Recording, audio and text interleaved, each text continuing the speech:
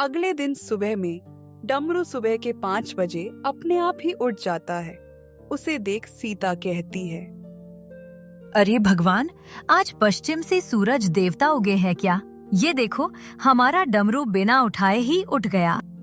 डमरू बड़ी उत्साह के साथ अपनी माँ के पास जाता है और कहता है, मम्मी क्या हुआ बेटा? मम्मी, वो बबलू चाचा कह रहे थे कि बहुत से ऐसे महान लोग हैं जो कम पढ़ लिख कर भी अपने जीवन में बहुत सफल हुए हैं।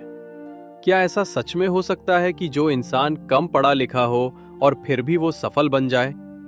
बेटा, आज तुमको ये सुबह सुबह क्या हो गया है? हाँ, यह बिल्कुल सही बात कही है बबलू चाचा ने कि कम पढ़ लिख कर भी इंसान सफल बन सकता है। लेकिन तू ये सब क्यों बोल रहा है? अरे क्या हुआ? का इतना खुसूर फुसूर कर रहे हो आप दोनों? कुछ नहीं पापा, बस ऐसे ही। अच्छा मम्मी, मैं हाथ मुंह धो के नाश्ता कर लेता हूँ। मेरे लिए डब्बा रेडी कर दो। चंपा और मिट्टी को चराने भी ले जाना है। इतना कहकर डमरू बाहर फ्रेश होने जाता है और यहाँ क्या बात है सीता, हमारा डमरू क्या बोल रहा था? अरे कुछ नहीं जी, पता नहीं आज उसको क्या हो गया है। कह रहा था बबलू चाचा उसे बोल रहे थे कि कम पढ़ लिख कर भी लोग सफल हो जाते हैं। बस इसी विषय में वह मुझसे पूछ रहा था कि क्या ऐसा सच में होता है या नहीं। हमारा डमरुआ कितना नादान है ना सीता, हमारा ऐसा समय उससे देखा नहीं जा रहा है। हाँ जी, भगवान करे हमारे डमरू जैसा बेटा हर किसी को दे। डमरू नहा धो के नाश्ता करता है और अपने दोनों बकरियों को लेकर चराने निकल जाता है। वो रास्ते में सोचने लगता है, हे संकट मोचन मेरे प्रभु, आखिर मैं ऐसा क्या करूं जिससे हम गरीबी से बाहर निकल सके। जैसे ही डमरू अपने बकरियों को चराने के लिए उस पेड़ के नीचे पहुंचा, तो वहां पर उसने देखा कि एक कोई और लड़की वहां अपनी भेड़ों को चरा रही है। डमरू उसे देखकर कहता है, अरे ओ मोहतरमा, कौन हो आप? अपने भेड़ों को यहाँ क्यों लेकर आ गई हो? जी, मैं पास के गांव में रहती हूँ, अपने भेड़ को चराने के लिए यहाँ आई हूँ। देखिए मैडम, अगर आप यहाँ अपने भेड़ों को चराने ले आएंगी तो यहाँ मेरी बकरियां क्या खाएंगी? देखिए, ये गांव मेरा है, इसलिए आप कल से यहाँ मत आइएगा और अभी यहाँ से चले जाइए। अरे ओ, तुम समझते क्या हो अपने आप को? ये गांव भले ही तुम्हारा है, तो क्या ये जमीन भी तुम्हारे पापा की है? तुमसे थोड़ा अच्छे से क्या बात कर लिया? तुम तो जो मन में आए वो बोले जा रहे हो। डमरू सोच में पड़ जाता है। वह सोचने लगता है, आखिर ये लड़की है कौन? इसे तो आज तक कभी देखा नहीं। इसके बोलने के स्टाइल से लगता है कि तनिक पढ़ी लिखी है। इतने में वह लड़की बोलती है, क्या हुआ? अब चुप क्यों हो गए? तोते उड़ गए क्या? अब डमरू थोड़ा प्यार से कहता है, सुनिए मोहतरमा जी, मेरे कहने का वो मतलब नहीं था। चलिए, कोई बात नहीं, आप यहाँ अपने भेड़ों को चरा सकती है। अरे वो तो मैं वैसे भी चराती। अच्छा ये सब छोड़िए, देखने में तो आप पढ़ी लिखी लग रही हैं। लग रही हूँ का क्या मतलब है? मैं पूरे 5वीं कक्षा तक पढ़ी हूँ। नकुल फिर से सोचने लगता है, धत ससुरा, हम तो सोच रहे थे कि ज्यादा पढ़ी लिखी होगी, पर ये तो बस 5वीं पास है। उतने में वह लड़की कहती है, ये तुम बात बात में सोचने क्या लग जा रहे हो? जो भी कहना है सीधा सीधा कहो ना। अरे कुछ नहीं, मैं सोच रहा था कि तुम्हारा नाम क्या है। तो सोचने से तुमको पता चल गया कि मेरा नाम क्या है? नहीं, मैं तो बस पूछने ही वाला था। क्या नाम है तुम्हारा? पहले चलो वहाँ उस पेड़ के नीचे बैठते हैं, क्योंकि अब और मैं नहीं खड़े रह सकती। डमरू और वह लड़की उस पेड़ के नीचे बैठते हैं और एक दूसरे के बारे में बात करते हैं। फिर डमरू कहता है, अच्छा, तुमने पढ़ाई क्यों छोड़ दी? हमारे परिवार में सिर्फ हम 3 ही जन हैं, मैं, मेरे पिताजी और मेरी माँ। लेकिन पिछले ही हफ्ते मेरे पिताजी गुजर गए, इसलिए। यह सब सुनते ही डमरू को उस लड़की के लिए बहुत बुरा महसूस होता है। वह दोनों घंटों उस पेड़ के नीचे बातें करते हैं और बकरियां और भेड़ बगल के घास चर रहे होते हैं। यहाँ पर रामू और सीता भी खेत में काम करके थक गए होते हैं, तो वह अपने खेत के बीच में जो पीपल का पेड़ है उसके नीचे बैठकर बातें कर रहे हैं। चलो सीता, आज का काम तो आधा से ज्यादा खत्म हो चुका है, इसलिए आज हम जल्दी घर जा पाएंगे। हाँ जी, आप सही कह रहे हैं। सब तो आप ही की वजह से है। भगवान करे इस साल का फसल बहुत अच्छा हो।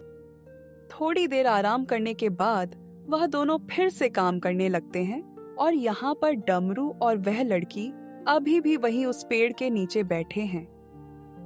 अच्छा डमरू, जैसा कि तुमने बताया कि तुम्हारे खेत में एक बहुत बड़ा पीपल का पेड़ है और खेत भी है, इन सब को लेकर मेरे दिमाग में एक बिजनेस आइडिया है, बताऊं?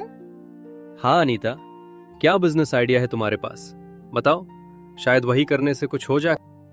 देखो, तुम्हारे खेत में बहुत बड़ा पीपल का पेड़ है जिस पर हम ट्री हाउस बना सकते हैं और उसे as a hotel in nature service दे दो, जहाँ पर शहर के लोग गांव में आकर पेड़ पर बने हुए घर में रहने का आनंद ले पाएंगे और खेती कर पाएंगे और गांव में बना हुआ शुद्ध खाना खाकर खुद को तृप्ति कर पाएंगे। उन्हें ये सब देकर तुम कुछ पैसे इन रिटर्न चार्ज कर पाओगे। अगर भगवान की कृपा से तुम्हारा ये बिजनेस चल पड़ा तो ज्यादा पैसे भी कमा सकते हो। डमरू अनीता की बातों पर सोचने लगता है। वैसे अनीता कह तो सही रही है, चलो कुछ नहीं के बदले यही करते हैं, क्या पता बजरंगबली की यही इच्छा हो। हाँ अनीता, तुम ठीक कह रही हो, लेकिन हमारे ट्री हाउस में आएगा कौन?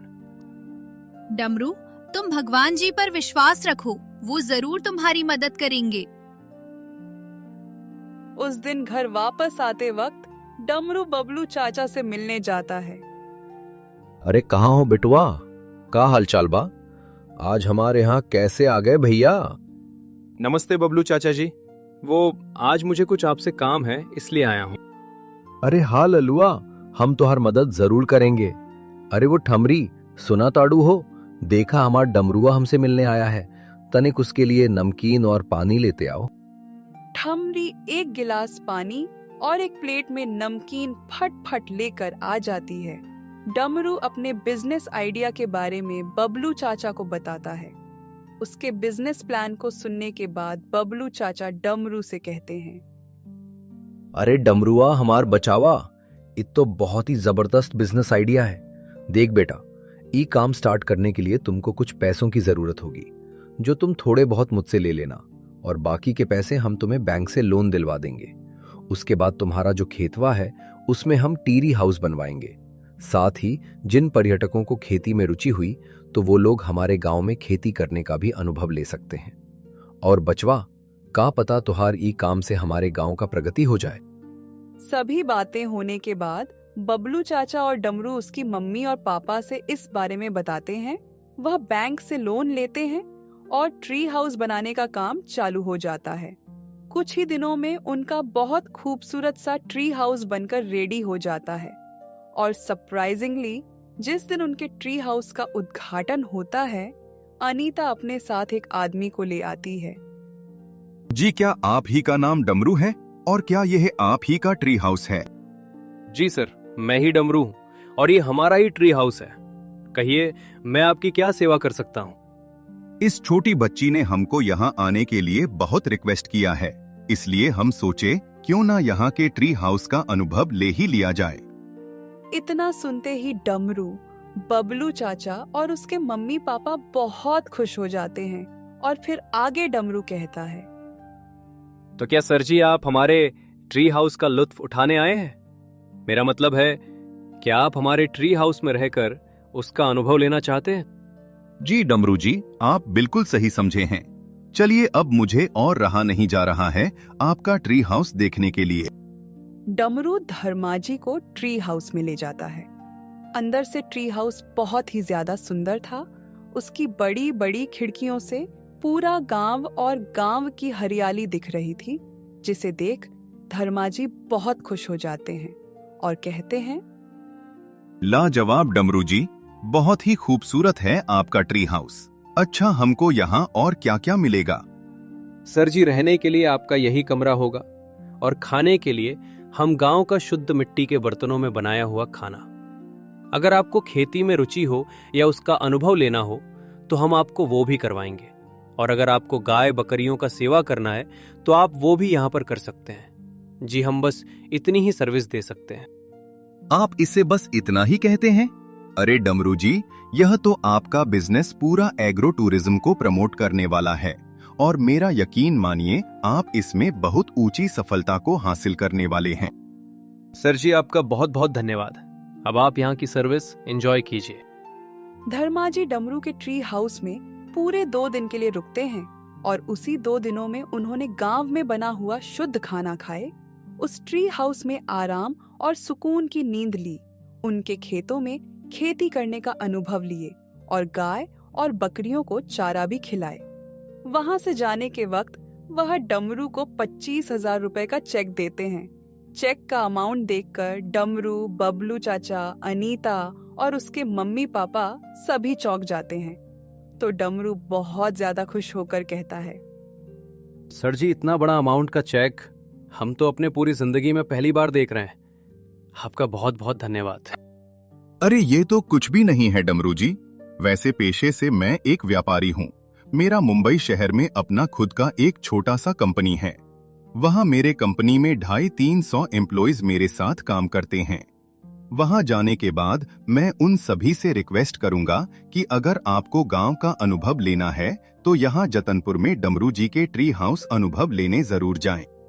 डमरू अपने मन में थोड़ी देर सोचने लगता है और फिर अनीता से कहता है, सुनो ना अनीता, ई एम्पॉली मतलब क्या होता है? अरे डमरू, वो एम्पोली नहीं एम्प्लॉय होता है, जिसका मतलब होता है वर्कर्स यानी मजदूर। फिर डमरू भगवान जी को शुक्रिया अदा करता है और धर्मा जी से कहता है, सर जी, आपका बहुत बहुत धन्यवाद। आप तो खुद ही इतने बड़े बिजनेसमैन निकले। और जब आप वहां अपने मजदूरों से हमारे ट्री हाउस की बातें करेंगे तो वैसे हमारे ट्री हाउस का प्रचार भी हो जाएगा। उतने में बबलू चाचा कहते हैं, तुम एकदम सही कहते हो डमरू बेटा। सुनिए सर जी, हम और हमारे गांव के जितने भी लोग हैं, हम सब आपके आभारी रहेंगे। देखिए, आपका सर्विस क्वालिटी ही इतनी अच्छी थी, कोई भी एकदम खुश हो जाएगा। अच्छा, तो अब मेरे जाने का वक्त हो गया है। सुनो अनीता बिटिया, मुझे यहाँ बुलाने के लिए तुम्हारा बहुत बहुत धन्यवाद। अब मैं चलता हूँ। उस दिन